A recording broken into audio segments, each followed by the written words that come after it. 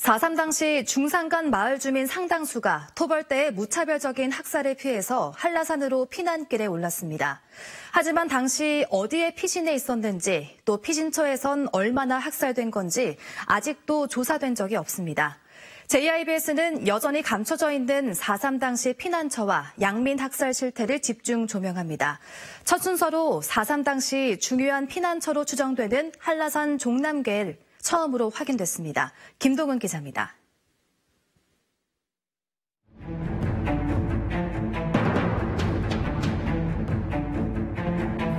한국 전쟁이 끝난 후 한라산에서 소를 키웠다는 81살의 강상흥 할아버지. 당시 한라산 중턱의 한 작은 동굴인 일명 괴에서 뼈만 남은 시신들을 봤다는 얘기를 들었습니다.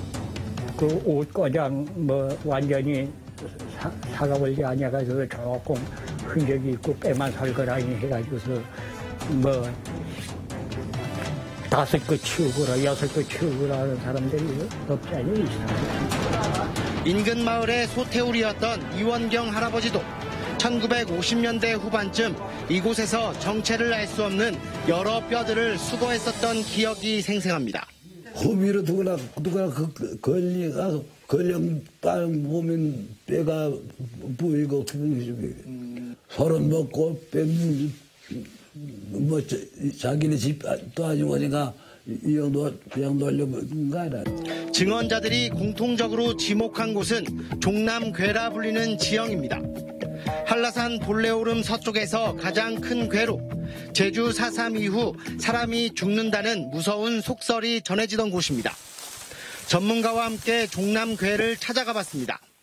허리까지 자란 조리대와 깊은 숲속을 헤치고 들어간 지 1시간. 언덕 사이에서 작은 굴이 나타납니다.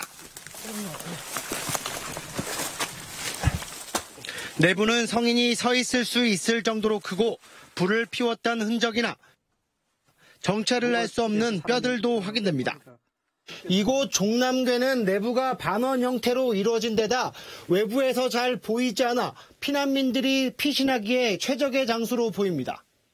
종남괴 앞쪽에선 오래전 사용했던 깨진 그릇이 발견되고 인근에서는 4.3 당시에 사용했을 것으로 추정되는 쇠로 만든 솥까지 확인됩니다. 심지어 종남괴 안쪽에서는 지난 1950년대 후반쯤 실탄을 직접 봤다는 증언도 있습니다.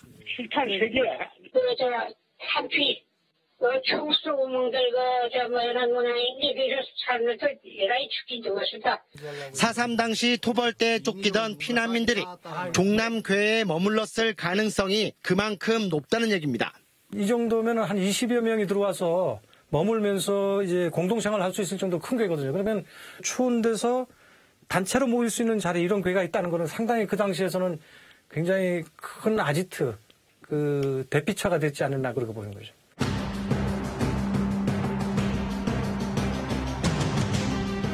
피난민들에게 생명의 보금자리이자 죽음의 피난처가 됐을 종남괴. 이 종남괴에 누가 어떻게 피신해왔는지 지금까지 아무도 구체적인 조사를 해본 적이 없습니다. 네, 종남괴뿐만 아니라 이 근처 이 괴에 사람 안 죽어난 괴는 좀 드물 겁니다. JIBS 김동훈입니다.